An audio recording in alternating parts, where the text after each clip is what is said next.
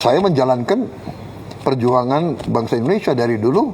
Kita selalu membela kemerdekaan Palestina, dan itu mereka tahu.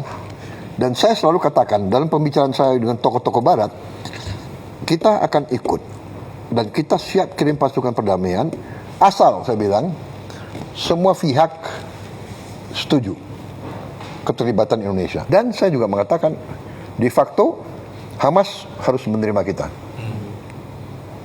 Itu saya sampaikan. Karena we want to be a peacekeeping force, national caveats.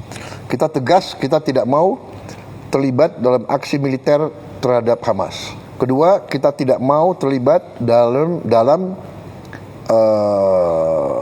mengambil senjata di weaponization dari Hamas. Kita tidak mau ikut. Yang kita mau adalah menjaga rakyat sipil dari serangan manapun. Itu komitmen kita.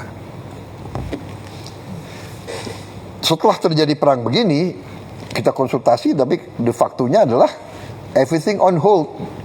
Ya, saya sudah umumkan.